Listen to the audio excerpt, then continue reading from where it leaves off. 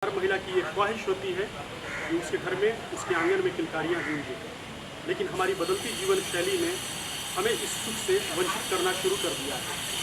बदलती जीवन शैली को बदल करके और हम इस सुख को प्राप्त कर सकते हैं।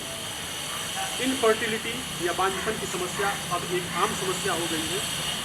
पहले ऐसा मानना आता था कि बांझपन की सिर्फ समस्या भगवान के पास है, लेकिन धरती के भगवान भी अब इस इलाज को कर रहे हैं और इसके लिए अब बहुत ज़्यादा सोचने की ज़रूरत नहीं है। पाटलिपुत्रा में एक ऐसा संस्थान है जहाँ पर आप अपना इलाज करवा सकते हैं।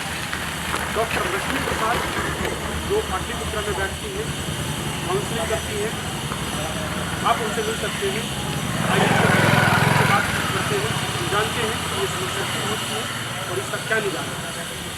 चलते हैं और बात करते हैं डॉक्टर रश्मि प्रसाद की। नमस्कार दोस्तों, मेरा नाम है कौशलेंद्र पांडे। आज के इस शो में हमारी जो मेहमान हैं वो किसी परिचय की मोहताज नहीं है। डॉक्टर रश्मि मैम, आईवीएफ स्पेशलिस्ट। बदलती जीवन शैली ने हमें कई बीमारियां सौगात में दी हैं और वर्ल्ड वाइड अगर जिस बीमारी की अगर हम बात करने जा रहे हैं वो है इन विट्रो फर्टिलाइजेशन की। तो आज हम इस विषय पर विस्तार से बातचीत करेंगे मैम से कि क्या कारण है कि ये बीमारी बढ़ रही है, इसके क्या निदान है, इसके क्या सॉल्यूशंस हैं। नमस्कार मैम। नमस्कार। आपका हमारे इस शो में बहुत बहुत स्वागत है, the cool interview with Kaushalendra Pandey में। मैम, सबसे पहले इस बीमारी के बाद विषय में बातचीत हम लोग करें, इसके पहले मैं आपके बारे में जानना चाहता हूँ, आपका पारिवारिक पृष्ठभूमि क्या रहा है, आपने क्यों इस प्रोफेशन को चुना और स्पेशली आपने आईवीएफ को क्यों चुना, आपकी शिक्षा दीक्षा कहाँ पर हुई है, आप बेसिकली रहने वाली कहाँ की, कृपया हमें डिटेल में बताएं। देखिए, मेरे पिताजी इंजीनियर थे बाय प्रोफेशन और वो गवर्नमेंट सर्विस में थे। तो उनका कुछ सालों पर हर 3 साल पर ट्रांसफ़र होता था। तो मैं एक तरह से कहूँ तो पूरे बिहार और झारखंड में से पढ़ी हूँ। हर स्कूल में 3 साल के बाद ट्रांसफ़र, मोस्टली मैं धनबाद, गया, पटना, मुजफ्फरपुर, बहुत जगह से मेरी पढ़ाई हुई है और फाइनली अभी लास्ट 27 साल से पटना में हूँ। तो पटना वासी ही हूँ अभी जी। और जहाँ तक कुछ विशेष आप पूछ रहे हैं तो हर के जीवन में जो एक जर्नी होती है कॉमन मैन जैसा होता है, वैसा ही हमारी शिक्षा दीक्षा हुई है। मेरे पिताजी बहुत स्ट्रिक्ट थे पढ़ाई लिखाई में, बेटे बेटी में कोई उनका भेदभाव नहीं था। तो उन्होंने, उनका नाम श्री देवेंद्रनाथ प्रसाद, वो रिटायर्ड चीफ इंजीनियर पीडब्ल्यूडी में थे, जिनका कि हाल ही में देहांत हुआ कोरोना से। तो उनका शिक्षा दीक्षा हमारा, उन्होंने बेटा बेटी में कोई फ़र्क नहीं किया, हमारे सभी भाई बहनों को उन्होंने बराबर का एजुकेशन दिया। हाँ, लेकिन एक पर्टिकुलर जगह की निवासी मैं नहीं बता सकती, पूरे बिहार और झारखंड में हम लोगों ने पढ़ाई की, बट फाइनली मैं पटना में रह रही हूँ लास्ट 27 साल से। तो यहीं की पटना वासी ही हूँ अब। और ये आपने मैम कब डिसाइड किया कि मुझे मेडिकल के फील्ड में जाना है, देश की, देखिए, मेरे पिताजी तो चाहते थे कि उनकी तरह मैं आर्किटेक्ट इंजीनियर बनूं, लेकिन डेस्टिनी कुछ और रहता है। तो मेडिकल और इंजीनियरिंग में दोनों कंपटीशन में बैठी और पहले रिजल्ट आया मेडिकल का, तो मेडिकल में एडमिशन हो गया और धीरे धीरे मेडिकल डॉक्टर बन गई। बट आई वॉज डेस्टिन्ड, मेरे पिताजी चाहते थे कि मैं इंजीनियर बनूँ। Destiny has already decided something else for us. Yes. और जहाँ तक आपका बचपन का सवाल है, तो कोई मेरा एम नहीं था बचपन का डॉक्टर बना, बस डॉक्टर। आपको मैंने पहले ही बताया कि मेरे को इंजीनियर बनना था और बन गई डॉक्टर। तो ये बचपन का डॉक्टर बनना है, ये उस समय वो भी स्पष्ट नहीं था। ये जिंदगी आपको सिखाती है। जब मैं मेडिकल करके पीजी की गायनी पीजी करने के बाद बहुत सारे, एक समय ऐसा आया जिस समय 20-30 MTP medical termination of pregnancy मेरे को करना पड़ता था। बच्चे के छोटे छोटे टुकड़े, पार्ट्स बाहर आते थे। कुछ दिन पहले तो जोश रहा कि MTP सीखना है, बट कुछ दिन के बाद रियलाइज हुआ कि ये कर क्या रहे हैं, I am destroying the life. तो उस समय वो सेंस आएगी, नहीं, creation is important than destruction. तो उसके बाद से मैंने अभी एक भी MTP नहीं किया है लास्ट 15-20 साल में, एक भी MTP नहीं किया और IVF की तरफ, फिर इनफर्टिलिटी की तरफ मूव की, धीरे धीरे यहाँ तक पहुँची हूँ। मैम, अभी हम एक बहुत ही बेसिक क्वेश्चन लेंगे, वो ये है कि IVF क्या है, ये तकनीक क्या है और इसके बारे में डिटेल से हमें बताएं। देखिए, आईवीएफ का ऐसे फुल फॉर्म होता है in vitro fertilisation, but IVF infertility का इलाज नहीं है, हर इनफर्टिलिटी का इलाज नहीं है, ये मैं कहना चाहती हूँ। इनफर्टिलिटी हो और आईवीएफ करा लो, लोग यही सोचता है। नहीं, इनफर्टिलिटी आप दवा से भी ठहर सकता है, सिंपल मेडिसिन से, simple just to guide the patient कि आप ऐसे ऐसे आप लोग पति पत्नी रहो, उससे भी बेबी ठहर सकता है। तो ये भी इनफर्टिलिटी का ही इलाज है। जैसे आप सीढ़ी चढ़ते हैं तो सीढ़ी ऊंची होती चली जाती है, उसी तरह इनफर्टिलिटी का इलाज भी ऊंचा होते चला जाता है और टेक्नोलॉजी ऊंची होती जाती है। तो जब अगर किसी भी कारण से पति और पत्नी दोनों का अंडा और स्पर्म मिल नहीं पा रहा है, तो तब उस कोई ऐसा कारण होता है जैसे ट्यूब ब्लॉक है या स्पर्म कम है या और सभी बहुत सारे इंडिकेशन है, तब हम लोग इन विट्रो फर्टिलाइजेशन के लिए एडवाइस करते हैं पेशेंट को। मतलब ट्यूब जो काम बॉडी में कर रहा है उसको हम लोग बाहर करते हैं उस कंडीशन में। हर इनफर्टिलिटी का इलाज आईवीएफ नहीं होता है। बिल्कुल, मैं इसी से संबंधित एक प्रश्न मैं लूँगा यहाँ पर कि जब कोई पेशेंट आपके पास आता है, कोई दंपति आपके पास आता है, तो आप उसको डायग्नोसिस कैसे करती हैं, कैसे उसकी आप काउंसलिंग करती हैं?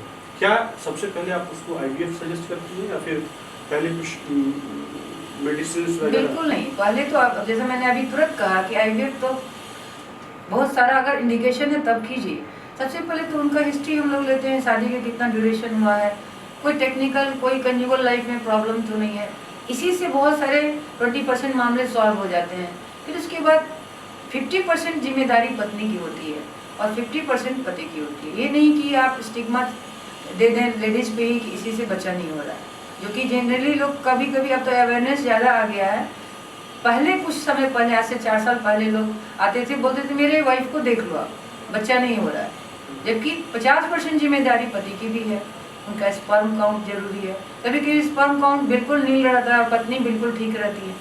कभी कभी पत्नी में भी दिक्कत होता है, कभी कभी कंबाइंड दिक्कत होता है। तो दोनों का इन्वेस्टिगेशन हम लोग, ट्यूब का जांच, अंडा का बैंक, स्पर्म का बैंक, उनका क्या है, रिजर्व क्या है, वो सब चेक करते हैं और according to that direction of the treatment will be changed. तब अगर ज़रूरत पड़ा, कुछ सर्टेन इंडिकेशन जैसे ट्यूब ब्लॉक्ड है या स्पर्म नील है, तो फिर हम लोग, नील है तो नील का भी इलाज होता है। नील स्पर्म वाले को भी हम लोग टेसा विधि से उनके टेस्टिस से निकाल के उन्हीं के स्पर्म को यूज़ करते हैं। टेक्नोलॉजी इक्सी और टेसा बोलते हैं इसको। तो बहुत सारी कैटेगरीज है आप इलाज का, लेकिन आते आते आप आईवीएफ कर दो, ऐसा नहीं होता है।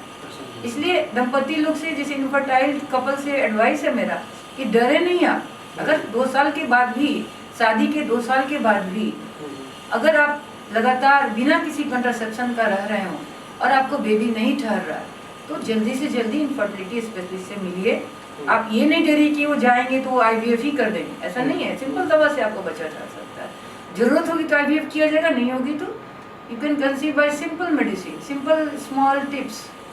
आपके कहने का मतलब है कि जब कोई दंपति आपके पास आता है तो आप उसकी इस तरीके से काउंसलिंग करती हैं, आप डायग्नोसिस करती हैं कि रीज़न क्या है, इसके पीछे वजह क्या है। अगर फेलोपियन ट्यूब बंद है तो आप उसका इलाज करती हैं, अगर मेल में किसी तरह की कोई समस्या है उसका इलाज, वो सब पहले चेक होता है। जब आप इस नतीजे पर पहुंचती हैं कि अब इसका कोई विकल्प नहीं है, तब आप जाकर के आईवीएफ सजेस्ट करते हैं। ये दर्शकों को जानना बहुत ज़रूरी है, इसलिए मैंने ये प्रश्न पूछा।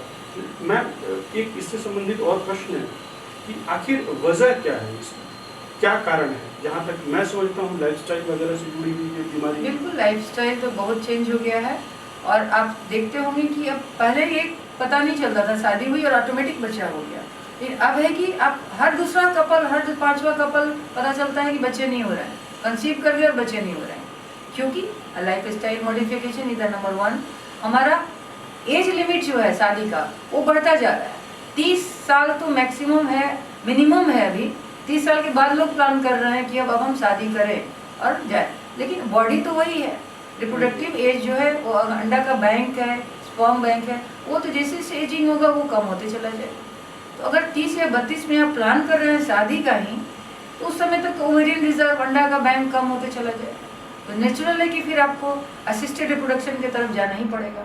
तो एज जो है, मैरिज का जो एज है वो बढ़ता गया है और थोड़ा सा लाइफ स्टाइल सेडेंटरी हो गया, एक्सरसाइज कम हो गया, पीसीओडी बढ़ गया, जंक फूड ज़्यादा है, तो ये सब से फर्क पड़ता है, खासकर मेल पार्टनर्स में तंबाकू, गुटखा, अगर इसका कोई अल्कोहल इसका सेवन कर रहा है, जो कि आजकल कॉमन हो गया है, इससे भी फर्क पड़ता है स्पर्म पे। आजकल हर दूसरा व्यक्ति जो है सीधे स्पर्म को इफेक्ट करता है। उसकी लाइफस्टाइल बहुत ही फास्ट हो गई है। कंप्यूटर पे हम बैठे रहते हैं, हमको टाइम नहीं एक्सरसाइज का। हाँ, हम और आप इतने अब एम्बिशियस हो गए हैं कि शादी प्लान ही नहीं कर पाते हैं, सोचते हैं कि एक बार वंस तब तक आपकी बॉडी का रिजर्व निकल जाता है या डिक्लाइन अवस्था में रहता है। तो डिक्लाइन अवस्था में अगर ओवेरियन रिजर्व अंडा नहीं है आपको या कम हो रहा है, तो उसको बाहर से बूस्टअप देना होगा। बाहर से बूस्टअप देने का मतलब असिस्टेड रिप्रोडक्शन।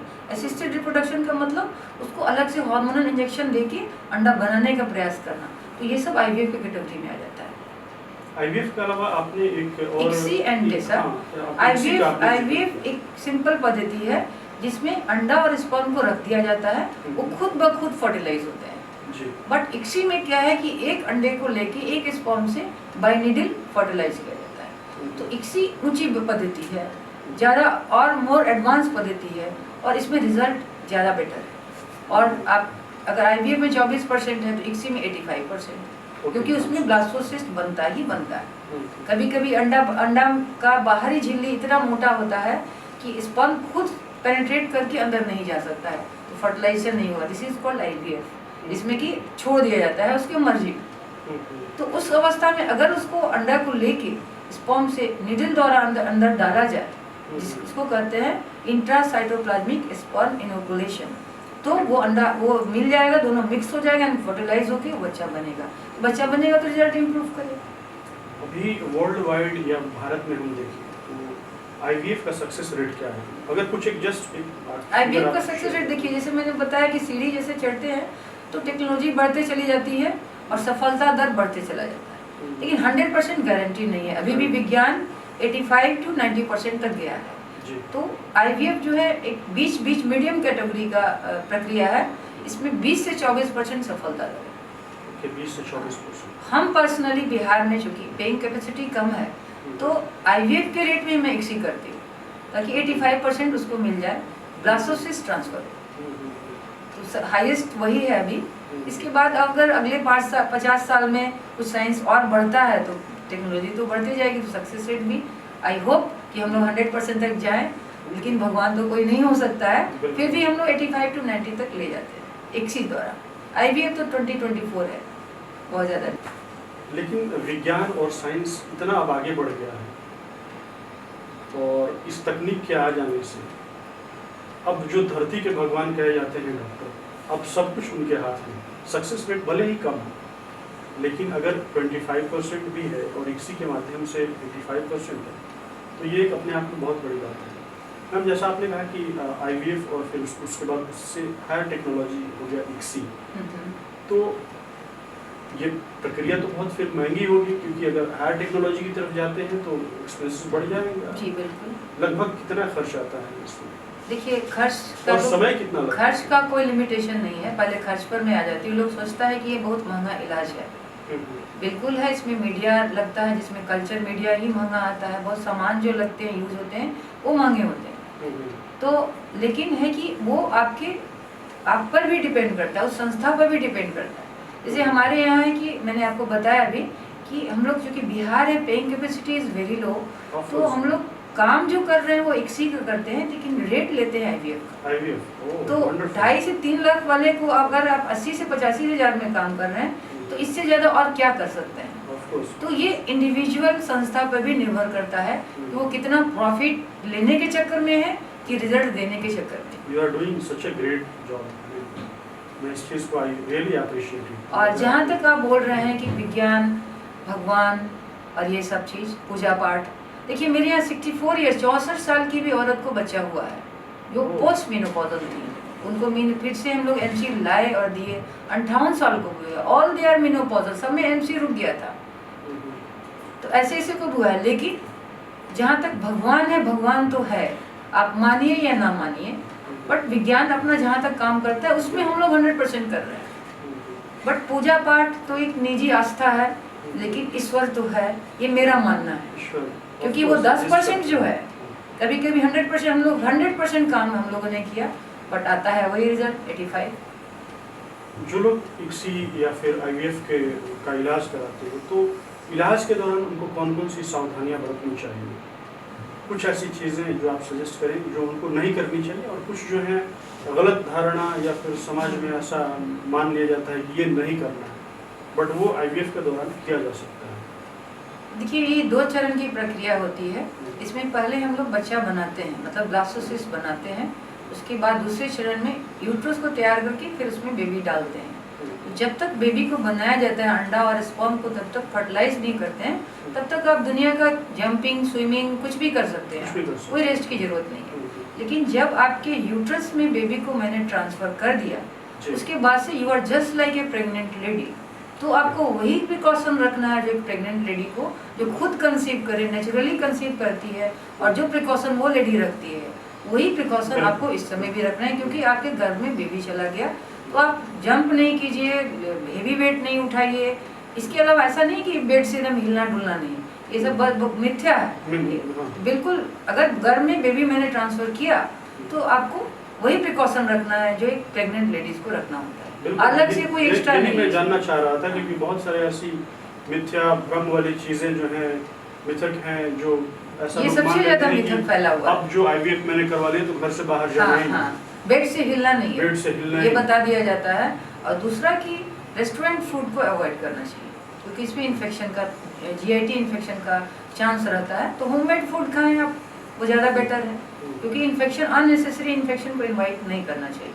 क्या इस प्रक्रिया में दर्द बहुत ज्यादा होती है या ऐसा कुछ, ये भी एक मिथ ही है? बिल्कुल मिथ है, बिल्कुल मिथ है। दर्द क्यों होगा और कब होगा? ट्रांसफर जब हम लोग बेबी को करते हैं तो ऐसी प्रक्रिया है जिसमें कि एनेस्थीसिया भी नहीं पड़ता है, अल्ट्रासाउंड गाइडेड करते हैं हम लोग इस प्रक्रिया को। पेशेंट अल्ट्रासाउंड देखते रहता है, खुद देखता है उसका बेबी यहाँ गया। तो अगर वो पेनफुल रहता तो उसको अंडर एनेस्थीसिया करते। पेशेंट खुद देख रहा है, खुद अपने से बोल रहा है, अच्छा दिस इज माई बेबी। तो ये दिमाग से निकाल देना चाहिए कि इसमें कोई भी पेन होता है। बिल्कुल ओपीडी प्रोसीजर है, इसमें कोई पेन नहीं होता। मैम, अपने लैब के बारे में कुछ मुझे बताएं। आपका लैब बहुत ही आधुनिक लैब में मेरे जो भी आजकल की आधुनिक जो मशीन है, इनक्यूबेटर है, एक्सी मशीन है, लेज़र मशीन है, जितने जो रहते हैं इक्विपमेंट्स सब हैं, लैब गार्ड हैं। क्योंकि हम right from the first day ICSI और ऊंची टेक्नोलॉजी से ही हम लोगों ने लैब अपना स्टार्ट किया है। तो सारी वो फैसिलिटी जो लैब में रहनी चाहिए वो है। लैब क्लीनिंग का है, 24 घंटा round the clock lab cleaning होता है। उसके लिए 3-4 स्टाफ इवन दीवार तक को क्लीन करते हैं। इवन आपके सुबह शाम वो दीवार क्लीन होना चाहिए, कोई डस्टिंग नहीं होना चाहिए। इतना मैं भी अगर जाना चाहूँ अभी लैब में तो मेरे को स्टेरलाइज चप्पल पहनना पड़ेगा, इतना ज़्यादा है। अभी मैं चाहूँ तो नहीं जा सकती हूँ। पूरे बॉडी मतलब अपना ड्रेस चेंज करने के बाद, स्टेरलाइज ड्रेस चेंज करने के बाद भी मेरे जो सूट स्लीपर्स रहेंगे वो स्टेरलाइज रहेंगे। इतना क्लीनिंग का हम लोग को ख्याल रखना पड़ता है। अच्छा, अभी आप हाल में कुछ फिल्में आई हैं जिनमें इस विधि के बारे में या इस टेक्निक के बारे में लोगों को एजुकेट भी किया है और थोड़ा कंफ्यूज भी कर दिया है। अच्छा, इसने कंफ्यूज भी कर दिया है। आप किस फिल्म की बात कर रहे हैं? कुछ दिन पहले एक फिल्म आई थी विक्की डोनर, या और भी 1-2 फिल्म आई थी इससे संबंधित। उसे तो मैं नहीं देखी हूँ, बट एक दूसरी फिल्म है, उसका तो नाम मैं ऑन स्क्रीन नहीं लूँगी। उसमें ये दिखाया जाता है कि mister this and mister this का टाइटल सेम है, और एक उनके स्पर्म से fertilise one wife of this, Rita Devi, colour of green, वो सब रजिस्टर्ड रहता है। ये कभी हो ही नहीं सकता है mix up, no chances of mix up. मेरे पास उसके बाद उस पिक्चर रिलीज के बाद बहुत पेशेंट ऐसे आए जिनको वो डर था कि मेरा रीता है या मेरा प्रियंका है, 2 प्रियंका है, तो कहीं मिक्सअप नहीं हो जाए। बोले हम लोग बताते हैं कि ऐसा कभी हो ही नहीं सकता है, ये दिमाग से निकाल देना चाहिए। वो रियलिटी अलग है, पिक्चर अलग है। ग्लोबलाइजेशन का ये जो दौर है, गूगल सर्च जो है, ये जैसे कि अभी आपने कहा भी कि ये चीज़ें बहुत ज़्यादा हमें भ्रम भी फैलाती हैं। हाँ। एक तरफ जहाँ इसका पॉजिटिव एस्पेक्ट ये है कि हमें इंफॉर्मेशन घर बैठे या हमारे मोबाइल पर, फिंगर टिप्स पर अवेलेबल है, वहीं दूसरी तरफ बहुत ज़्यादा भटकाव की भी यहाँ पर संभावना रहती है। गलत ये मतलब अगर हम गलत चीज़ें जान ले, आधी अधूरी चीज़ें जान ले और उसी हिसाब से चले तो फिर वो आगे हमारे लिए बहुत ही हानिकारक। इस कंडीशन में हम लोग का मेहनत बढ़ जाता है। उसको बार बार काउंसिल करना पड़ता है कि नहीं, गूगल पे आप देख रहे हो वो आधा अधूरा है, रियलिटी है वो हम लोग बताएंगे। क्योंकि गूगल पे ही आप मेडिकल की पढ़ाई पढ़ लेते अगर वैसा पढ़ना होता। अगर होता तो हाँ, तो मेहनत हमारी बढ़ जाती है गूगल सर्च से। आपने अपने संस्थान दिव्य वात्सल्य के बारे में कुछ बताया मैम, आपने क्यों ये नाम चुना, क्या है इसके पीछे की स्टोरी और क्या है खास आपके इस संस्थान में जो आपको अन्य से अलग करता है? देखिए, ऐसे तो इंग्लिश नाम मैंने बहुत रख लेती थी, लेकिन ये इनफर्टिलिटी से रिलेटेड है, किसी को मातृत्व सुख देगा तो वात्सल्य ममता ऐड हुआ इसमें। और दिव्य तो दिव्य दिव्य ही हमेशा होता है, इसलिए दिव्य वात्सल्य ममता। हालांकि नाम हमारा लंबा है, फिर भी ये मदरहुड जो होता है उससे, उस इमोशन से जुड़ा हुआ है, और इसीलिए इसका नाम इतना लंबा और शुद्ध हिंदी में है। और ये पाटलिपुत्रा में लड्डू गोपाल स्वीट्स के बगल में है। और क्यों अलग है, अलग में है कि यहाँ पे हम लोग बहुत अननेसेसरी जांच बिल्कुल नहीं कराते हैं, बिल्कुल टू द पॉइंट 2 या 3 या 4 जांच होता है। जांच में पैसा बर्बाद बिल्कुल नहीं करते हैं। किसी को अगर ज़रूरत है फर्स्ट टाइम ही आईवीएफ की तो आईवीएफ करते हैं, और वो भी इक्सी करके आईवीएफ का रेट लेते हैं बहुत सस्ते में। 2.5 लाख वाला प्रक्रिया 80 से 85 हज़ार में हो जाती है। प्लस अगर किसी का कीटाणु नील है तो उसको पहले एडवाइस दिया जाता है कि आप खुद का कीटाणु ट्राई करो। उसमें टेसा विधि से उसी के कीटाणु को निकाल के हम लोग उसी के स्पर्म से फर्टिलाइज करते हैं। शॉर्टकट मेथड नहीं अपनाते हैं कि आप डोनर स्पर्म ले लो, ये इजी हो सकता है, बट पहले मेहनत करते हैं कि खुद का उसी का अंडा बने। इसे मिथ्या है कि 40 साल की औरत को अंडा नहीं बनता है, लेकिन हम लोग 40 साल की औरत को भी अंडा बनाए और उन्हीं के अंडे से फर्टिलाइज करके उन्हीं का बेबी डालते हैं। हमारी ये कोशिश होती है कि खुद का ही उनका बच्चा हो, शॉर्ट रास्ता नहीं अपनाते हैं। प्लस जितना कम से कम हो सकता है हम लोग रियायत, अभी मरीज कोई गरीब मरीज भी आता है उसको फ्लक्चुएशन रहता है वहाँ रेट में भी। दूसरा कि ज़्यादा से ज़्यादा उम्र वाली महिला जो है 64 साल 58 साल उन लोगों को भी बचा हुआ है, जो आंसू रोते रहते। किसी किसी के 58 साल में किसी यंग बच्चे का मौत हो गया और वो लोग आती हैं कि अब मेरे को बच्चा चाहिए, ऐसे ऐसे भी लोग आते हैं। और by the grace of God और जो भी विज्ञान का टेक्नोलॉजी यूज़ करते हुए उन लोगों को मातृत्व सुख प्राप्त हुआ है। तो अलग भी कर सकते हैं या नॉर्मल भी कर सकते हैं, होना तो यही चाहिए। आपकी फ्यूचर प्लानिंग क्या है? आपने भविष्य की कुछ योजनाएं होंगी गरीब लोगों के बारे में, जैसे आपने बताया कि आप उनकी काफ़ी आगे बढ़ कर के मदद करती हैं, तो और कुछ बताएं अपने फ्यूचर प्लानिंग। देखिए, फ्यूचर प्लानिंग तो फिलहाल मैंने 100% फोकस कर दिया है इनफर्टिलिटी पे और आईवीएफ पे। तो मेरा ये प्लानिंग होता है कि हर मंथ, हर महीने किसी 5 या 6 या 10 9 घर में बेबी जरूर आए, ये मेरा टारगेट है। जिस मंथ में नहीं आता है, कभी मान लीजिए हमारा 7 से 5 पर आ जाता है, तो हम लोग रिव्यू करते हैं फिर सीरियसली। तो हर मंथ में अगर किसी के आंगन में बच्चा की किलकारी गूंज रही है 5 या 6 परिवार में, तो यही मेरा मोटो है अभी जिंदगी का, और आगे क्या होगा वो तो भविष्य बताएगा। Thank you very much ma'am, it was a wonderful discussion with you, thank you very much. अगर हमारे दर्शकों के लिए कुछ मैसेज अगर आप देना चाहें तो। देखिए, बचपन ऐसा समस्या है कि जैसा कि मैंने पहले बताया कि आजकल आप लोग बहुत एडवांस एज में शादी कर रहे हो। मान लो आप 30-32 में कर रहे हो और 2 साल के बाद भी बेबी नहीं ठहर रहा, तो आप जल्दी से जल्दी आप किसी इनफर्टिलिटी स्पेशलिस्ट से मिलिए। ये कोई हेजिटेशन की बात नहीं है, ताकि आपको सही से गाइड मिल जाए। और बचपन लेडीज़ के मत्थे ही नहीं कीजिए कि वो लेडीज़ है तो इसी के चलते बच्चा नहीं हो रहा है। हो सकता है पुरुष में भी खराबी हो और उसी खराबी का निदान से ऑटोमेटिक बच्चा ठहर जाए। तो लेडीज़ को आप इससे बरी कीजिए, दिक्कत किसी में भी हो सकती है और उसका बहुत सरल उपाय भी है। दर्शकों, जैसा कि आपने देखा, डॉक्टर रश्मि मैम ने खुल करके हमसे बात की कि आईवीएफ तकनीक क्या है और यहाँ पर आप क्यों आए। यहाँ पर मैम ने बताया कि आईवीएफ जो प्रक्रिया है उससे हायर टेक्नोलॉजी है इक्सी, और मैम यहाँ पर आईवीएफ से जो हायर टेक्नोलॉजी इक्सी है, इक्सी का रेट ज़्यादा है, बावजूद उसके ये आईवीएफ के रेट में इक्सी इलाज करती हैं मैम। मैम का ऑफिस बहुत ही सिंपल है। यहाँ पर अगर आना हो मैम से, आपको कंसल्ट करना हो तो मिलना हो तो आप पाटलिपुत्रा में आ जाएं। पाटलिपुत्रा में लड्डू गोपाल के ठीक बगल में 10 कदम की दूरी पर वात्सल्य, दिव्य वात्सल्य ममता हॉस्पिटल है। आप यहाँ पर आकर के मैम से मिल सकते हैं। Thank you.